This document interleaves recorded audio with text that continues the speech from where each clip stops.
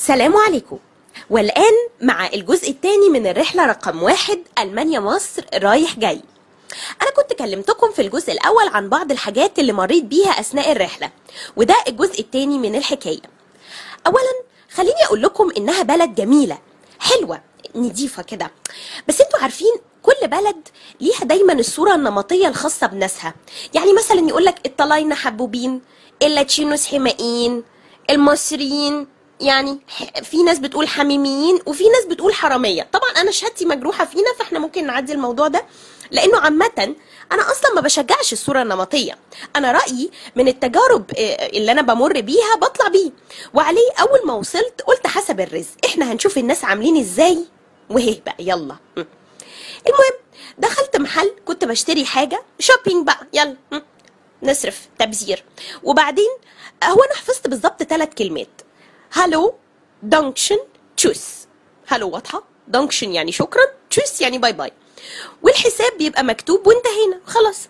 المهم حصل حاجة فالبنت بتسألني بالألماني، فانا طبعا اللي هو تقمصت شخصيه احمد زكي في النمر الاسود، وكنت هقعد جنب النافوره اعيط. مش ممكن احاول اجيبها يمين شمال، طب سوري يا فندم اي دونت سبيك دويتش، دو يو سبيك انجلش، عمالين نورتون بالانجليزي. البنت فجاه لقيتها اتعصبت عليا وحسيت انها هتطلع يعني سافوريا من تحت البتاع وتروح ضرباني في وشي، مش فاهمه في ايه، وراحت ندهت لواحده عشان تيجي تكلمني. الفكره كلها في الطريقه، انه ببساطه هي لو اتكلمت عدل من الاول وانا عماله اتاسف لها زي الهبله وشكلي اصلا عامل زي الكتكوتشي المبلول، كان الموضوع انتهى.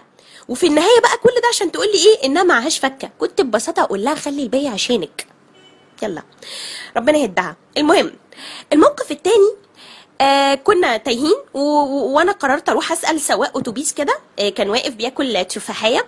المهم قلت اروح اساله، فبساله دو يو سبيك انجلش، هل تتحدث الانجليزيه؟ الجميل بقى ان هو راح قايل لي ايه؟ نو اي دونت سبيك انجلش.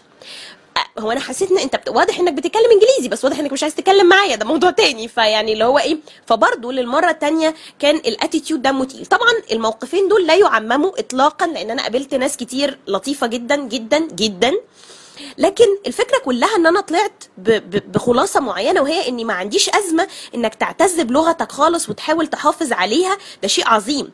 بس في نفس الوقت لو عملت ده بطريقه منفره الناس على فكره هتعكشك انت ولغتك، ماشي؟ عشان بس تكونوا واضحين، اوكي؟ المهم ثانيا من معالم المدينه اللي انا كنت فيها اللي هي بون، كان بيت بيتهوفن. طبعا انا بالنسبه لي بيتهوفن حاجات بقى كده بقى، والناينث سيمفوني بقى وحاجات، يعني ما علينا، انا اصلا اوريدي عندي هسه يعني. المهم فانا قلت لهم ايه يا جماعه من فضلكم لو سمحتوا للناس اللي معايا احنا لازم نروح نشوف بيت بيتهوفن، ده حاجه عظيمه جدا. المهم قعدنا كلنا بيتزا كده اهوت الاول، قلنا هناكل وبعدين هنروح نشوف هو فين مكانه وبتاع. المهم انا عملت سيرش على جوجل، ربنا يمسيه بالخير يعني، الحمد لله، ولا واقف جنبنا دايما، وعرفت المكان او الشارع اسمه ايه. فوقفنا هناك عندهم عند محطة الأتوبيس، بيكتبوا كل المحطات وأسامي الشوارع، ندور على اسم الشارع أبدا أبدا. المهم احنا كنا في مكان الأوتيل نفسه عند السنترال ترين ستيشن اللي هي المحطة الرئيسية للقطر، فهو كل الباصات بتلف تلف وترجع نفس المكان. فقلت لهم ايه، لقيت باص جه قلت اركب يلا مش مشكلة. ركبنا. المهم سبحان الله اللي ركبناه لقينا فجأة قاعد يلف بينا كده حوالي تلت ساعة لحد ما لقيت ايه، فجأة بيقولوا انه ده المحطة بتاعت بيتهوفن. ايه وصلنا نزلنا. المهم ببص على اليافطة لقيت بيتهوفن هاوس، بيت بيتهوفن 200 متر يمين. تمام وصلنا يا جدعان، هي وهنشوف بيتهوفن هوبا. المهم وصلنا. يعني بغض النظر ان انا الاصدقاء اللي كانوا معايا كانوا هيفضحوني، لان احنا فعليا وصلنا قدام بيت بيرمم حاجه كده عامله زي، يعني هو مش عامل حاجه، مش عامل زي حاجه، هو في جرافيتي بيتهوفن على البيت وبيقولوا ان ده بيت بيتهوفن. انا هصدقهم، هم قدر. الفكره كلها ان احنا واحنا واقفين لقيت فجأة صديقي اللي واقف جنبي بيقول لي حابة أقول لك إيه؟ قلت له في إيه يا حبيبي؟ قال لي هو مش ده محل البيتزا اللي إحنا كنا بناكل عنده؟ قلت له محل بيتزا؟ انت هتستهبل ولا احنا بقالنا نص ساعه بنلف محل بيتزا؟ بس اسكت بس. المهم سيبنا عاملين نبص، بعدين لقيته فجاه بيقول لي رحاب، بقول لك، قلت له يا ابني مالك ايه؟ قال لي مش ده محل البيتزا اللي احنا كنا بناكل عنه يا عمي؟ مش الله ايه ده؟ بعدين قال لي مش دي العلامه اللي انا شاورت لك عليها واحنا بناكل؟ وانا له الله ايه ده؟ مش ده محل البيتزا اللي احنا كنا بناكل عنده يا جدعان؟ محل البيتزا اللي احنا كنا بناكل عنده ده لايك ايه، اللي هو زي، عارف احنا المصريين بنقول فركه كعب، يعني احنا بدل ما كنا نمشي على طول كنا ايه بس نلف ظهرنا ونمشي الناحيه التانيه كنا بقينا واقفين قدام بيت بيتهوفن يعني. ده شيء يعني الصراحه دي من القصص اللذيذه قوي. طبعا انا اتشتمت حوالي نص ساعه عشان كل ده، عشان اجي اتفرج على بيت بيترمم. هو احنا ما دخلناهوش لان هم كانوا قفلوا بطبيعه الحال. والفكره كلها ان هو اكشلي فركه كعب، فاحنا يعني طخنا مشوار واتشتمنا واتهزقنا عشان في الاخر ايه، يلا ما علينا، ما يلا مغامرات فيه عشان احكي لكم في الاخر. المهم تالت حاجه معانا، القصه التالته معايا كان ان انا كنت حاضره هناك اول ماتش لالمانيا في كاس العالم، تمام، اللي هم كسبوا فيها اعتقد 4 او حاجه زي، كان مش عارفه الفريق اللي قدامهم كان غالبا بيلعب من غير جون او حاجه زي كده يعني، مش عارفه. المهم يعني انا ما اتفرجتش على الماتش، بس انا شاهدت لحظات الفرحه في الشوارع.